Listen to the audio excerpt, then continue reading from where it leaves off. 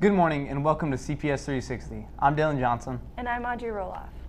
Theater Tech is an interesting class that is offered at all Columbia high schools. Jake Benson talks more about the class at Rockbridge High School.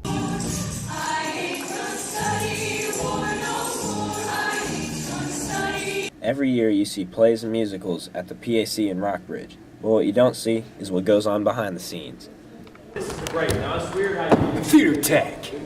What is Theater Tech? Instructor Mr. Crosby explains. So this class is all about running the show. So building the sets, taking care of the sound and the lights and all the details of a show. Just kind of learning new stuff about, using tools, kind of about what goes on behind the scenes of a play, and learning kind of skills you can use in life, like building and stuff. You can always use that. Last year they built a house for the play Night of the Living Dead. It was a 3-level house, upstairs, main level, and then stairs downstairs, so it was a split-level house. But because we couldn't build it on the stage, we had to build the whole thing on casters, wheels, and roll it into place. So that was pretty huge. What's in store for this year? And the first show is going to be Once Upon a Mattress. The students will have to build a 10-foot tall bed, a castle, and more. But first, they need to master the skills of painting and basic building techniques. Do you have what it takes to be in this class? All depends. If you don't really want to build or do anything, then no. But if you want to build and learn, and you can honestly have fun in this class, then yeah, you should totally do it. I'd recommend it. Either way, we are looking forward to see what they come up with. Oh man, I can't wait, bro. This has been Jake Benson with CPS 360. Up next is a story about a local Hallsville theater teacher, covered by Dylan Johnson. In the small town of Hallsville, Missouri, there's been some change in the drama department. The teacher who has been teaching there for 14 years has retired, and now there's a new head of the program. The job of a drama teacher, even in the small town of Hallsville, is still intriguing for multiple reasons. At Hallsville, to be honest, the location. The town I was at before was very small, everywhere closed, at about 8 or 9 o'clock at night. And this is the closest that I've been close to my family, which is wonderful for me. And also my fiance is going to grad school. So I really like the town. I like the atmosphere. I love the nightlife. It's a good area. I like being here. A different head of the program has many effects on people. Well, first of all, it's really hard to not be working with someone that you've directed 13 shows with. But I enjoy the enthusiasm that someone new can bring to the program. It's pretty intimidating. It's tough to kind of fill the shoes of someone who every student really likes, but in the end, all I can really do is try my best, and I'm really happy to be here. And it's nice because I get to talk to her quite often too. But that doesn't stop Hallsville drama program from blossoming. Oh, the door's open. Without change, program would never grow. You don't want it to be stagnant. The loving town of Hallsville has big hopes for Mr. Bronkowski. I think Mr. Bronkowski is going to do a great job this year. I can already tell. He is a fun and excited person. He likes to make things fun, and he really makes things fun, and he is energetic. This is Dylan Johnson, signing off. With so many classes offered through the Columbia Area Career Center, civil engineering is one not to miss. Barrett Smith takes us further. Civil engineering isn't a popular class in the Career Center, but it is a very interesting and unique class. Civil engineering consists of making building replicas and making your own projects of any type of building. Senior Jaden Kilbeck had comments about the class. Because I plan on going to college and becoming an architectural engineer, and this is the best class to figure out what kind of engineering study you want to go into.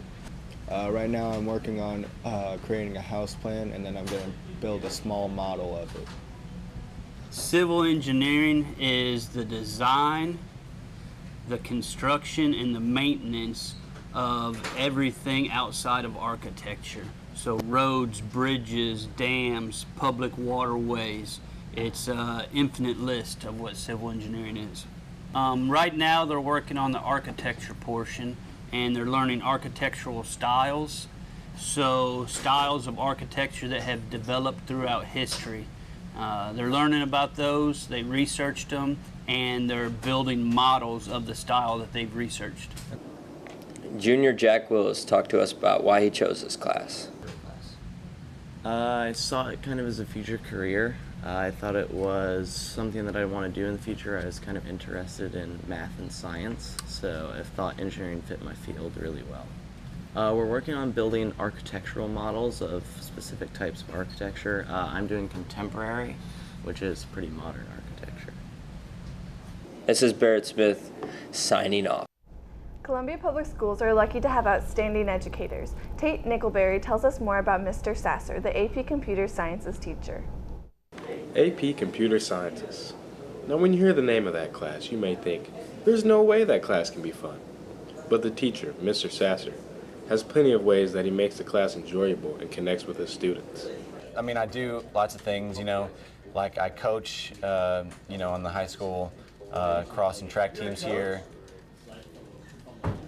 And so like I try to connect with my kids that way, and then I also try to build rapport with them by talking about what they did over the weekend, or try to connect with them on a personal level by relating to them about movies or TV shows or something like that.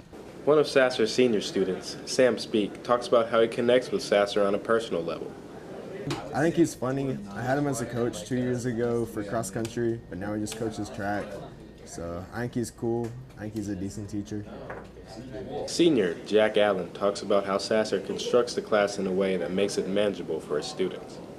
He has a lot of, the way he just explains things, and he always has certain problems and challenges to kind of build us up to understanding the concepts. And so it's not just he's giving us notes and throwing us to the wolves. He's got a set lab to help us get it. Mr. Sasser also speaks on how he keeps the class interesting for his students. Like any class, I think, can be boring if the teacher's not excited about the curriculum.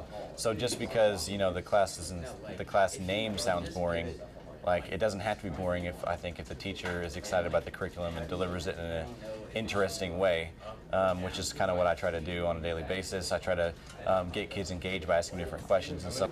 This has been Tate the Great, signing out. There are many events held out through the Columbia area. Audrey Roloff introduces the yearly Tomato Festival held at the Bradford Research Field.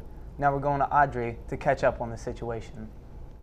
As the start of fall comes around, local foodies, agricultural workers, and the general public gather for the yearly Tomato Festival held at the Bradford Research Center.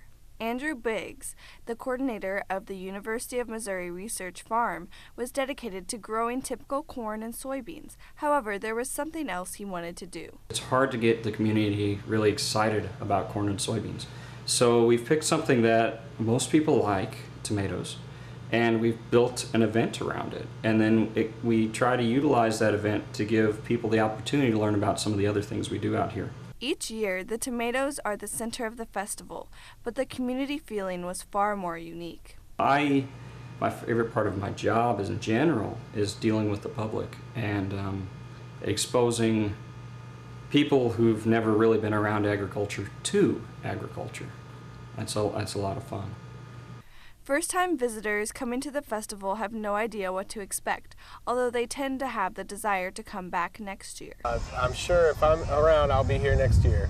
I work for the university, so I saw a flyer, and I know a lot of the people that work at Bradford, so yeah, that's how I knew about it.